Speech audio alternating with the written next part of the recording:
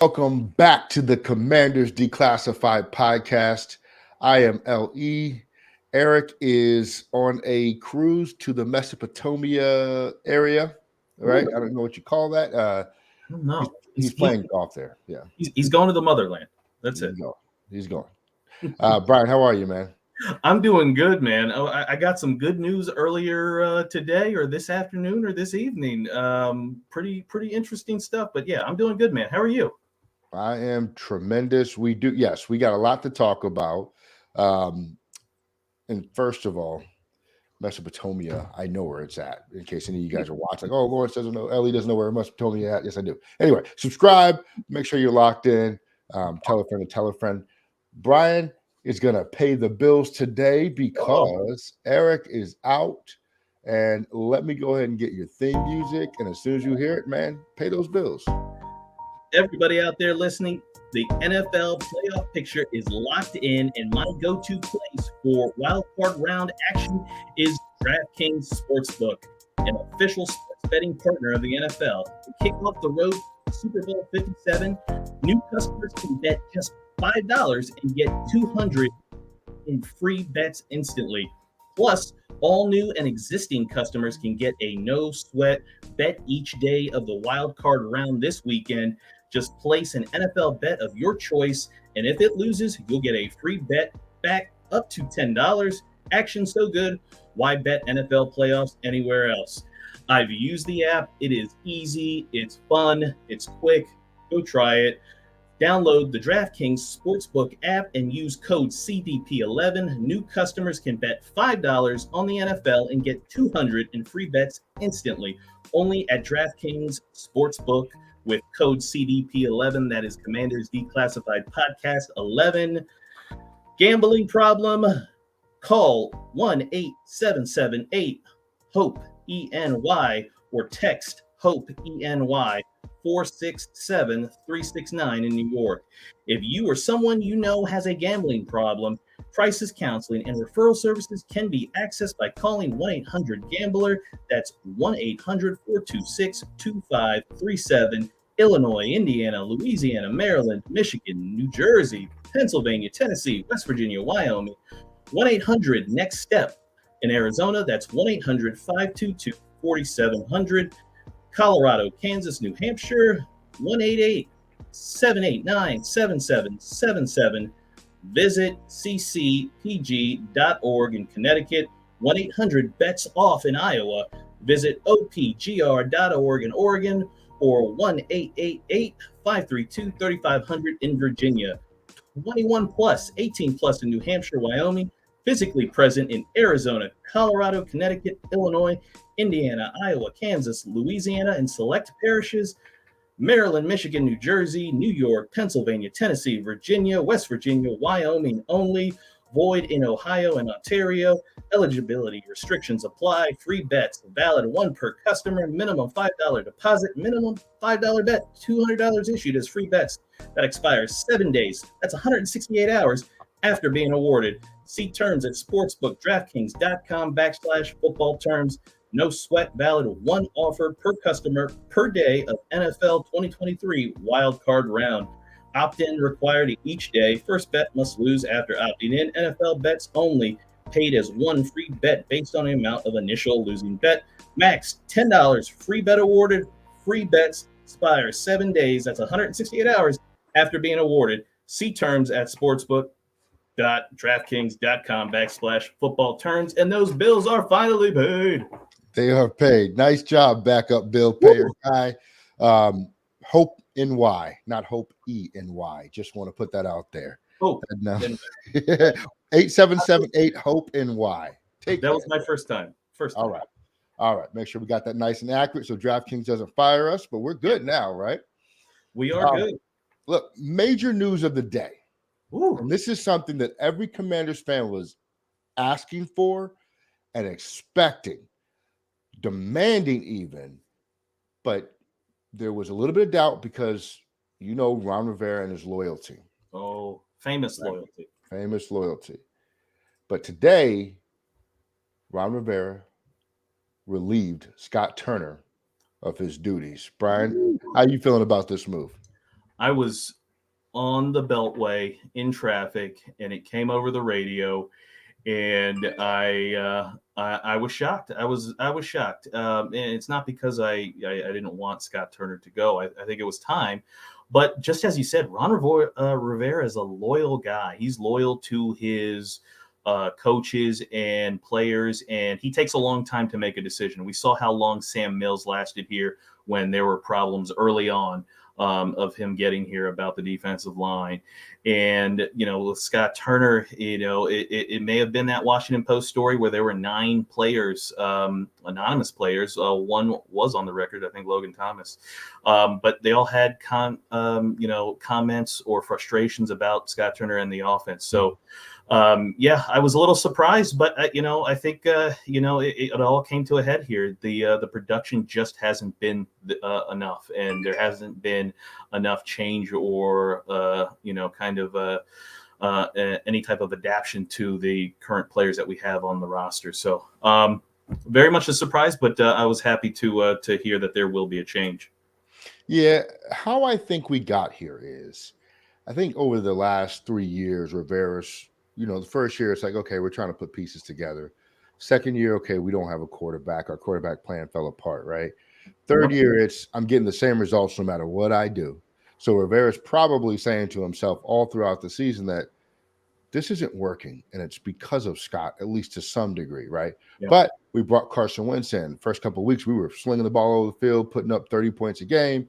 And it's like, well, maybe it was a quarterback, right? Now we have one, but as soon as Wentz got to game like number 3, I think, it was like the stats just really fell off the map from that point forward.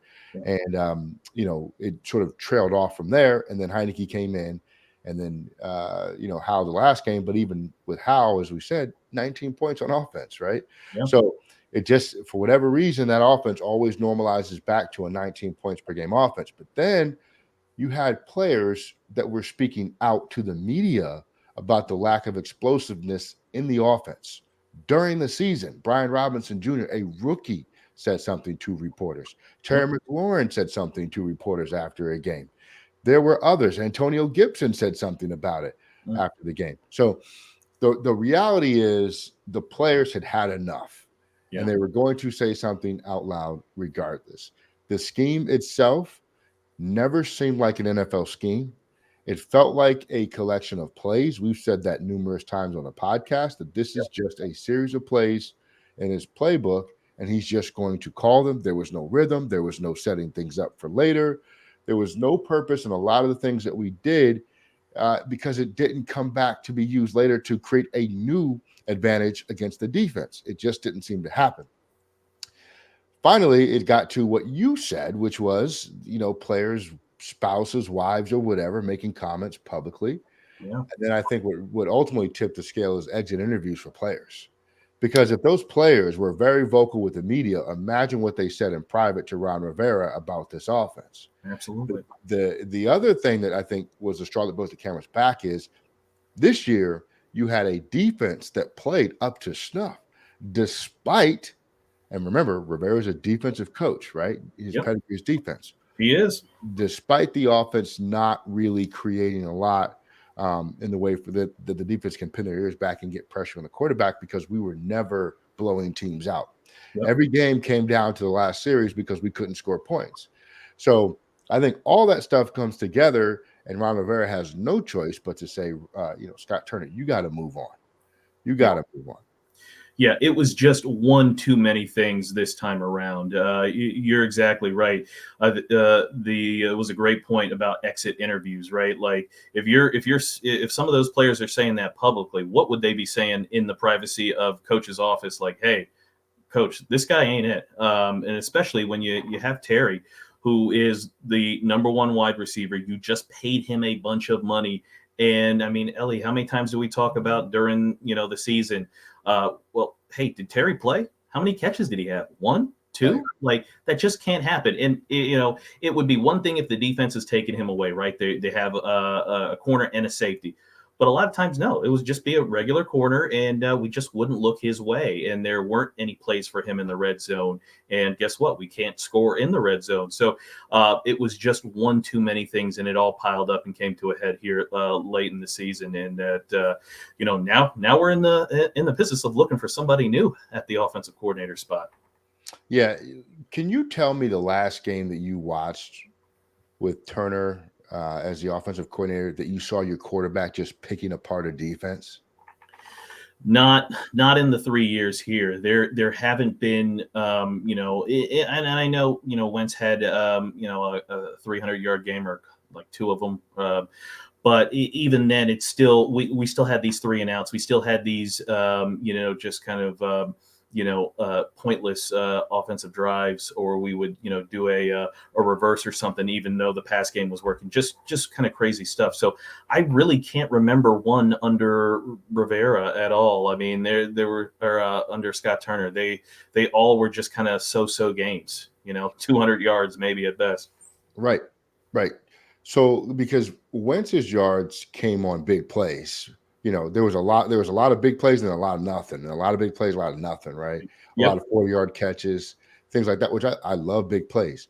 But the NFL nowadays is you win with crossing routes, you win with rub routes, right? You're just constantly, your quarterback is just dealing, and we haven't had that, and some of that's their failure to address the position. Yep. And I don't know what Turner's input level was with stuff like that, but we just were not producing an offense that just catered to who we had. We have 3 wide receivers on this team that all fit very well in a New England Patriots type of offense, right? Where Yep. you get the guys the ball on slants, on picks, on rubs, on crossers, on drags, things like that. And then you let them do what they do best with the ball in their hand. We have 3 guys that fit that mold. And those guys also happen to be able to track the ball deep too, right? Yep. The only thing that they're not are big receivers going to go up and get it over top of you, right? Yep. Contested catch, high pointing the ball type guys, and they do that occasionally. Yep. But these guys are so fluid in what they do, and you just never saw them being maximized or capitalized. It was always like one of them will go off or have a decent game, the other 2 would give you nothing. And then you got a deep threat in Diami Brown. Never saw the field outside of blocking for the running back, right? Yep. It's such a mismanagement of talent. And I think Ron Rivera had realized that he had collected a really good offensive skill position group outside of tight end. We can talk about that another day. But he said, I gotta do something. So it was absolutely time. Are there any cons to this move that you see, Brian? The only con that I would see is, look, you're going to get a new offensive coordinator, and I don't know how long this search is going to take. I'm assuming they'll probably have a long process to where it'll bear no fruit, and they'll promote somebody from within. So the only thing I would say the con would be is how fast will the offense look or start or gel come training camp, come preseason next year, or excuse me, later this year. And then, how does that affect going into the season, right? Can that new offensive coordinator get everybody on the same page? Because we are famous here underneath Ron Rivera for starting slow. And that was under an offensive coordinator who we all knew the offense, right? Like they had been in the offense. So now you're going to have I'm assuming a brand new offense, maybe not, all brand new plays, but, certainly a brand new philosophy and way of doing things will be certainly different. So there may be some time required for, them to gel. So we'll see how that looks in training camp and preseason. But I think that's really the only con is how long is that going to take for them to get on track, get on the same page, and look better, right? And get more than 19 points.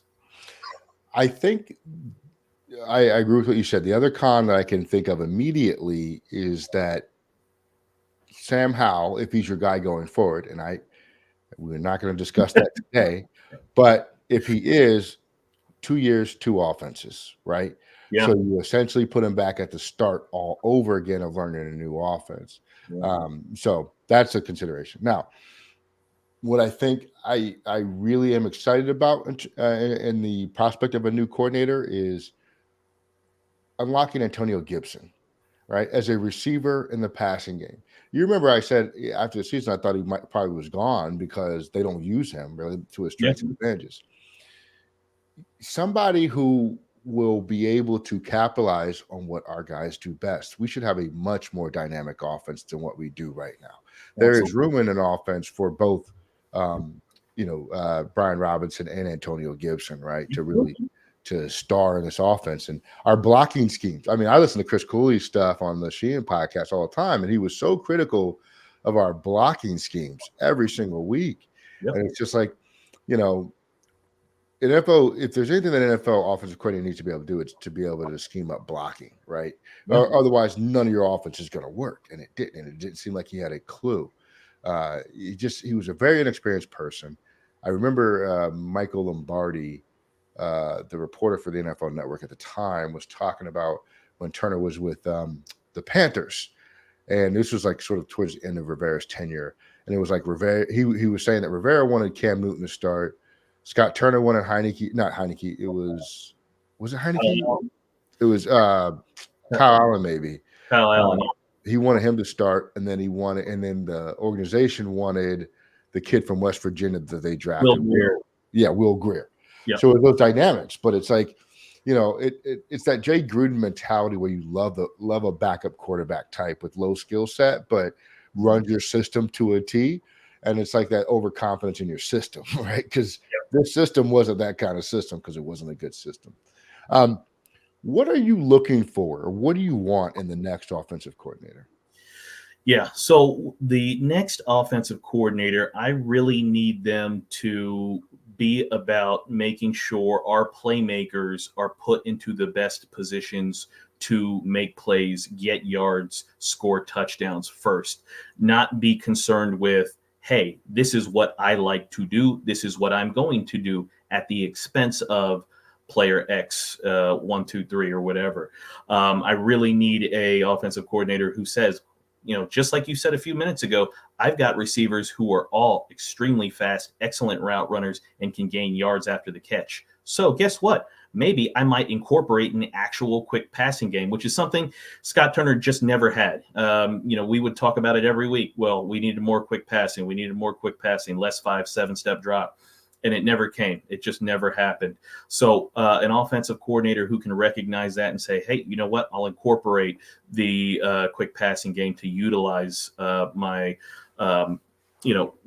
talent that I have at wide receiver, but also somebody who actually studies the defense and says, okay, this week I'm playing a team that has really big linebackers. They're a little bit slow. Okay, well, let's use that to our advantage. Let's use an Antonio Gibson, get him matched up on one of those big, slow linebackers, and now have him potentially for a big game and letting one of those linebackers cover him.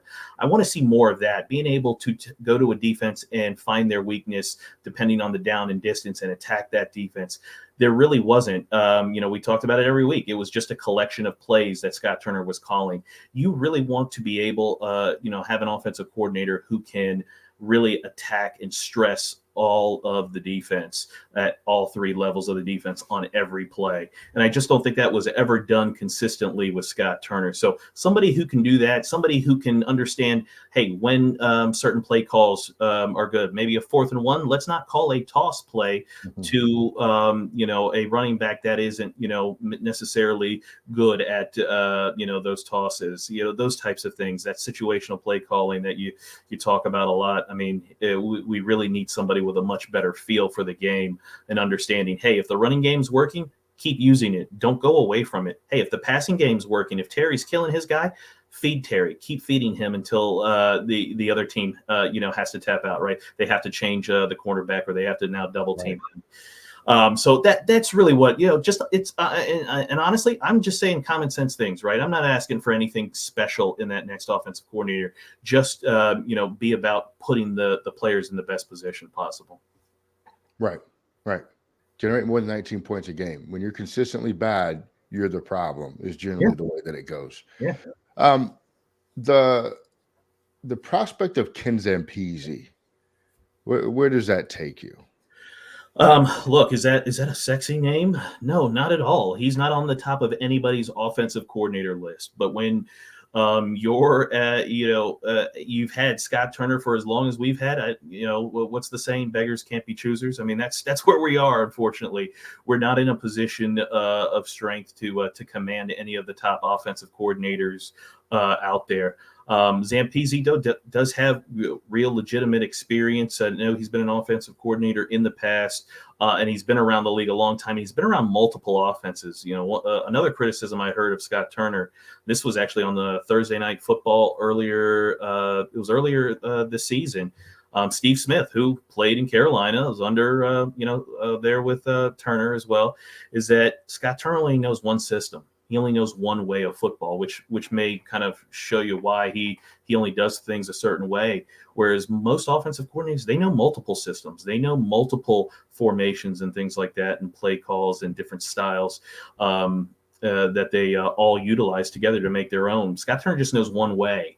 And that gets him in a lot of trouble, because once that one way is found out, he doesn't have anything else to rely on. So Zampese brings a world of experience, and he is at a point in his career, he's not going to have a, hey, it's my way or the highway type mentality with the offense. He's just going to be looking to score points and to get these guys into good position. So while would it be my first choice? No, but I would be happy to have him as opposed to continuing with Scott Turner. The problem with Zampese is he's only been a coordinator in the NFL for 1 year. Yeah. And then he got let go. So he doesn't have the coordinator experience, but he has plenty of quarterback coach experience. But to me, that's not enough. At this point, we have players under big contracts on the offensive side of the football. We need somebody who we know can execute a high-power NFL offense. I will pass on Ken Zampese. And then you have to ask yourself, did Ken Zampese develop the quarterbacks that were on the roster to a point where they were playing well above where maybe their talent level would have let them without the coaching? I don't think you can say a yes to that either. You know what I'm saying?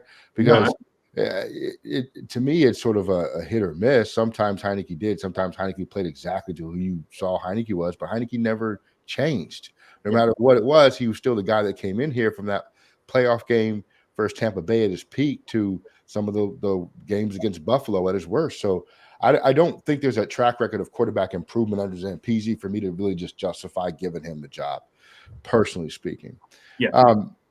And I didn't realize this too. I never really looked at it, but Scott Turner really was like an offensive quality control coach during 2011, 2012. That might be where he overlapped with Steve Smith. I don't know the specific dates. Yeah. But then he was like a wide receivers coach for the Browns.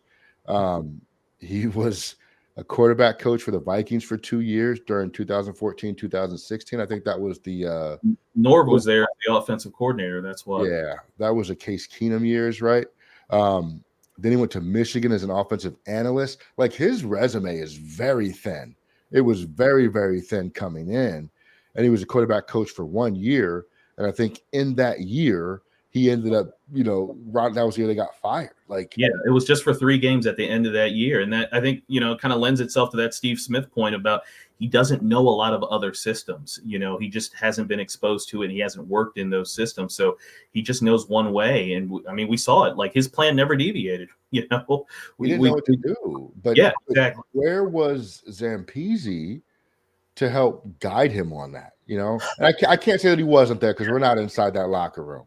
And I think, there's also the dynamic. He's the coordinator, right? He's the, you're now telling somebody above you, maybe a boss or somebody, in a hierarchy above you, hey, you need to do this differently. And we don't know if Scott Turner took criticism very well or not, because he certainly never changed any of his systems. And I know, we know Ron has mentioned that he's, impressed upon him at various times to run the football more. And we've seen how long that lasted. So I wonder if it's a case of he just never, people were giving him advice and constructive criticism, and maybe he just never listened to it. It's quite possible. All right. You have to pick somebody right now to tell me who you think the next offensive coordinator is. I need one name. Who do you think it's going to be?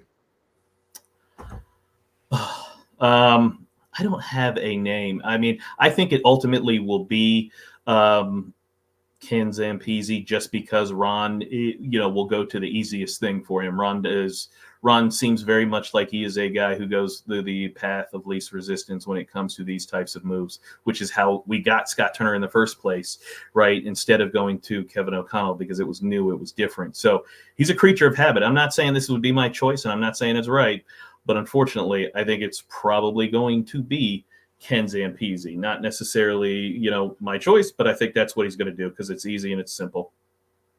I got two names for you. I'm breaking my own rules. My number one, who I think it's going to be, is Frank Reich. There's some history there between some folks in our organization and Frank Reich. Is Frank Reich going to get another head coaching job off the bat? I wouldn't assume so. And this is a good chance for him to bulk up his resume. Plus, you don't know what's going to happen with Rivera when the new ownership takes over. So he could potentially slide into that role, or so. You never know. But there's opportunities there. The other one I'm going to say is, as a dark horse, would be Jim Caldwell. Jim Caldwell would be good. Yeah. I like that a lot. He's got some head coaching interviews this circuit, Yeah. but he's been out of the game for a little while. I think he's probably a little too old to be an NFL head coach in today's standards, but I think as a quarterback, I'm sorry, not a quarterback coach, but offensive coordinator, I think it can make a little more sense. Yeah. So I think that's another one to keep an eye on. I'm not saying that based on anything. I'm just saying it would make sense to me. I'm switching my answer now to Jim Caldwell. I like that so much. And by the way, there should be a statue of him in Detroit. I'm just saying, you win 11 games in Detroit, there should be a statue of you. Well, and they're just now getting back to, and they're not even there yet, but they're getting back to that standard that he had there. But nonetheless, he's an offensive mind. I mean, he's worked with some really good quarterbacks. Peyton, Andrew Luck, and then Stafford. Like those are guys that he's worked with. Like I'm all for that. That would be a great move. Will it happen? I hope so. I like that a lot. Yeah. Outside of that, look, Scott Turner still has time to learn in this league. I think he needs to learn, though. He needs to take time and go back and fill in the gaps of where he didn't have experience, and they just threw him in the mix. But look, I wish him well. I don't think he was a good coordinator. I don't think he was ever effective for us. I think there are times when his play design was good, but if you remember that first year, we had 3 wide receivers in the same place all the time. So it was just kind of like, he's got growing to do, and I hope he takes his time to grow, and then he can come back at a future time with another team and be an effective offensive coordinator. All right, switching gears a little bit. The head coach. Does this move with Scott Turner make you feel more secure in Ron Rivera's future, even during the ownership and potentially beyond that? Or does this make you feel less secure in Ron Rivera's tenure with this group? It hasn't really changed. Like what it kind of changed for me with Ron Rivera's future is when it was announced that the ownership, Dan Snyder, was actually going to sell. Now we still haven't gotten any updates. We know that bids were due, like I think the day before Christmas or something like that.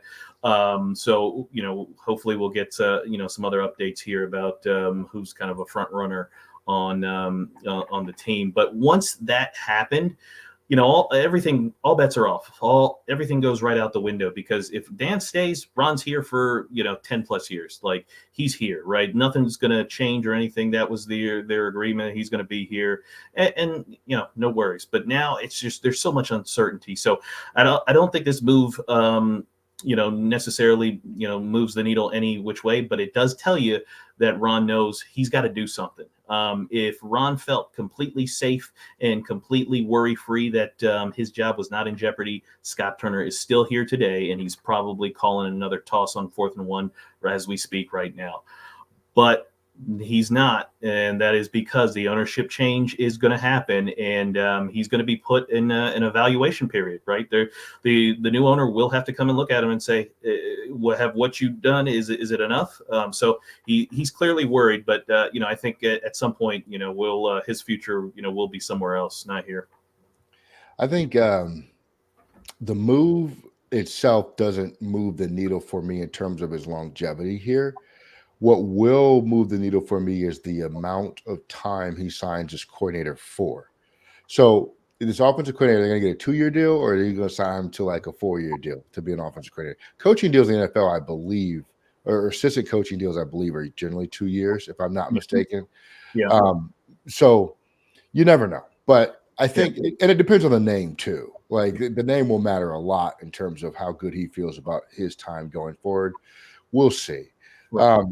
Well, like you said, if it is Caldwell, it may take 4-year deal just to get him to say yes, let alone about anything else. Just because he does bring a name and a lot more experience than like a younger Scott Turner might be. But this move 100% can determine Ron Rivera's future, Oh because yeah, if you get the right offensive coordinator, the defense plays like it does last year, and your offense starts clicking. And now those games that you lost, 24-16, 24-17, whatever, to 18 or 19, and you start winning those games, and now you're an 11 and whatever team, you're a 12 and whatever 5 team, you know, we'll talk about the low number at another time too, but like, you start winning games, then you don't give your new ownership group a choice at that yeah. point. Well, Ellie, I'll give you the perfect example. Is your guy Dan Campbell? His first year, that team was bad. He made the move this year to Ben Johnson, and it has been night and day. Their offense is amazing. They score 30 plus regularly. Actually, they score 35 plus regularly. They score a lot of points. Jared Goff is having an unbelievable year. And I was looking at some of the offensive numbers that this Detroit Lions team has had with Ben Johnson, and it is unbelievable. Like their DVOA and like all kinds of metrics they're like top 5 in a lot of offensive categories. It's pretty impressive. Like what you said, like what an offensive coordinator can do. I mean, Jared Goff again as one of the top quarterbacks, and now the Detroit Lions don't even really have to think about getting a quarterback because he's doing so well. So absolutely, offensive coordinator could change everything for Ron. Well, and then look at Shane Waldron with the Seahawks and what he's done with Geno Smith. Yeah, exactly. Yeah, Another offensive coordinator has made all the difference in the world. And then, of course, you have the Steelers situation where they had the Randy Fitcher or whatever guy, and then it was like they got rid of him because he was not productive with Big Ben in the last couple of years. yeah. And then they brought in Matt Canada, who was supposed to be this offensive genius at the college level, who spent some time in the NFL previously, and they can't score but like 12 points a game. I know the last week of the season they put up 20-something points, but their season was an offensive struggle every step of the way too. And and he's also, Matt Canada is very similar to Scott Turner in terms of the rigidity with how you have to run that system exactly as they design it. The audibles are not there. I was listening to radio to the point where or Sirius XM radio, where they talk about how Ben had to just change the plays on his own in the huddle, regardless of what Matt Canada called. Like, no offensive coordinator should be that beholden to a system to where he does not allow offensive players to have input into what they're doing, especially if your system sucks, bro, and you're not scoring points, Yeah. So, nonetheless, I think Ron Rivera's future is absolutely tied to this move, or at least it can be, if it's a highly successful move. So I know that he's probably going to comb through the OCs that are out there. I think one benefit that Ron has is it seems like a lot of these teams that are looking for openings for head coaches are looking for coaches with previous coaching experience, right? That's sort of the theme this time, because the last year or two, it's always been, give me the young guy that's never done anything and I'll just make him a head coach. And now it's like, we want guys that have been there before. And so what that does is it keeps those current offensive coordinators in place. So those the new guys are not, the current offensive coordinators are being sucked up to head coach because of all these openings, right? So therefore you can get some experience or some guys that you may wanted, but we're going to get head coach opportunities elsewhere. Now they're not. So now you have some things in play there as well. So, all right. All in all, the 3 years that Rivera has been in Washington, is Scott Turner the biggest blunder so far? No. Potentially maybe the second biggest blunder, but I think the first biggest blunder is Ron and his decision to go the retread veteran quarterback route. I think if he would have come in, and it didn't have to be in 2020. I know that's the year we drafted Chase. It could have been the following year, but his decision to not draft a quarterback and build around him, it's still beating him up to this day, because every retread veteran we get, it fails, and it fails famously, and it fails in big, beautiful fire right in Ron's face. Like, he has got to figure out a better way to solve this quarterback situation, because he's going into year 4 and he still doesn't have an answer yet. And it still baffles me that he watched Cam Newton get drafted, and how it completely changed the franchise. The fan base instilled hope. They had chances to win every game. They went to the playoffs. And he's gone the opposite of that. He's gone, hey, I just want to get a guy to hand the ball off and to occasionally throw some play action passes. That's just not that's not a formula for success, at least not in this time period. It may have been in the 80s, it may have been in the 70s, but it's not right now.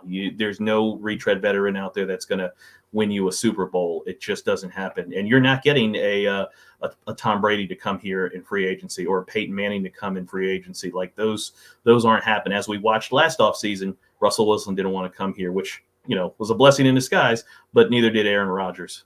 So that's the biggest blunder for him, is his insistence on retread veteran quarterbacks that give you nothing, and not drafting a rookie quarterback and building around him. Somebody in the first round, build around them and get better that way.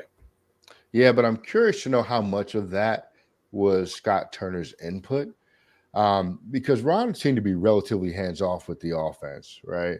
Yeah, he was. So how much of that was saying no? Scott Turner saying no, this is the type of quarterback I need for my system. That's true. Because you're right, every quarterback until this point had been the not the strongest arm in the world guys. We're gonna bring in guys that just execute a system, right? Yeah. And then they went out and got Wentz, because I think Ron was like, enough of this, and Scott was like, no, he wanted to run his guys out there. Yep. I don't know, and that's the issue when you have so many GMs in the football organization. You got 3 of them, and you can't isolate where decisions are being made or where they're coming from. But nonetheless, this is the right move. It was the right time. I think we'll understand what direction we'll go in quarterback, at least a little bit, by the offensive coordinator, especially if there's a coordinator that's brought in that has ties to any particular quarterback in the NFL who's available.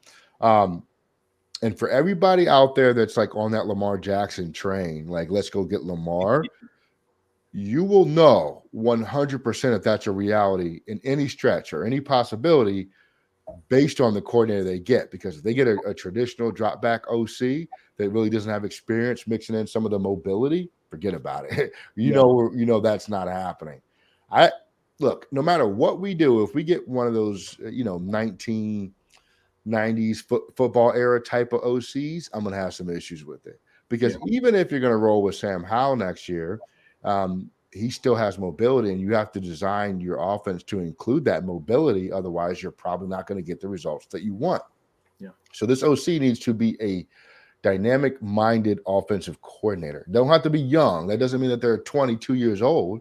It doesn't mean that they're 35, but he needs to be able to stay up to speed on modern NFL concepts. And I think we can look at and extrapolate from the hire for the offensive coordinator and say, okay, what direction are we going? Because if you get a guy who has only dealt with pure pocket passers, I think that's bad news for Howell. I think that's bad news for Heineke. I mean, we generally believe Heineke is going to move on to another organization anyway, but it can really shape up what and how this offense is going to go forward.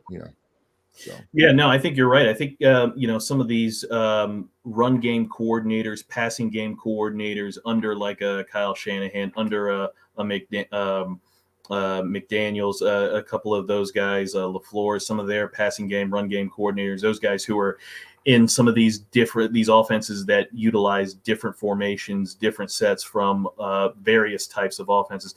Those would be good guys to go and target, right? Because their background is with offenses that do all kinds of different things, that try to move the quarterback around, that utilize lots of running from different formations, quick passing games. So that would be a good place for Ron to look if he is indeed actually doing a big search. Absolutely. And you brought up a name a lot, Ken Dorsey. That's a name I've heard you mention. I'm a fan of Ken Dorsey. So Ken Dorsey is actually, he's a Carolina guy. He was a quarterback coach in Carolina. He worked a lot with Cam Newton, but he went to the Bills and worked his way up, and has been the OC the last 2 seasons, and has really helped. Extremely athletic, strong-armed quarterback become, one of the better, quarterbacks in the league. So, when you look at the Bills, they score a lot of points, and you see Allen out there running, throwing, doing everything, jumping over people, hurdling. So I think, he's going to be an attractive name for, teams looking for a head coach that it can mold a young athletic quarterback. So I think his name is going to be on the short list here whenever the Bills get out of the playoffs. Yeah, and because he's a current OC, I don't think he'll take a lateral job. I'm not even sure you can do that in the NFL. Yeah, you have to get like team permission. It's a whole thing. And there's no way they're going to let that happen because No, he deserves a higher opportunity to come be an offensive coordinator somewhere else. So, um, Brian, any final thoughts on the Scott Turner situation? Yeah, I think it's long overdue. Glad it's done now. And I hope Ron gets somebody quickly. Whoever it is, let's zero in on your guy. If it's Caldwell, if it's anybody else, I have no idea. Whoever it is, let's get that taken care of now, so they can start talking to players, so they can start getting their playbook together, and they can start putting in place a plan to have a much more modern offense, a much more functional offense that incorporates all of our players. So hopefully that gets done soon, and hopefully we find out, maybe some other information here about what the route is that Ron's going to go at quarterback. Is he going to find another veteran to trade for or sign, or is he going to look to the draft? It'll be interesting to see. Or is he going to look inside the football team? Yeah, it will be very intriguing. But this offensive coordinator move is the first step in our offensive strategy to address that quarterback position one way or another. So we'll see. But I like it. It's a move that I think fans can get behind. It's going to take a lot to bring fans fully back to the team and the Oh, organization, yeah. but this is one of those moves that it was necessary to even have any hopes of doing so. You know what I just thought about? What's that? Snyder fired the father and the son. He fired North Turner, and now he's fired the son. Like, there has to be some kind of bonus there. I don't know what that is, but that's got to be a record or something. You fired the father and the son. Like, that's Well, the son deserved it for the record. I mean, I hate to see people lose their job, and I hate to say that that's anyone deserves to be fair. fired, because generally that's never true. Yeah, But when it comes to your performance as an offensive coordinator, he was not getting the job done, and he seemed very resistant to change. yeah, And so he was going to do his thing, yeah. and you were going to accept it. So anyway, Commanders fans, this needed to happen. It was a move that I think gives us an opportunity to improve greatly next year, as long as the defense does not regress. Um, Hopefully, the Commanders take their time but get the right guy within the next couple of weeks, because you want him to be preparing for the offseason programs and everything like that. Yeah. Um, we will give you every detail of the offense that this individual runs once that new coordinator is hired. If they just elevate Ken Zampese right away, I'm going to be like super annoyed. Okay. I'm going to be upset. I'm like, no, give it time, figure out who you want, but do it relatively quickly. So, Agreed. all right. Well, thank you for watching, listening. Make sure you're subscribed, hit the button. It's not hard to do. Tell your friends to tell some friends, and light up the comments with who you want to be the next OC and what you're looking for. Other than that, we are out of here. Have a terrific week, and we will catch you on the flip side. Peace.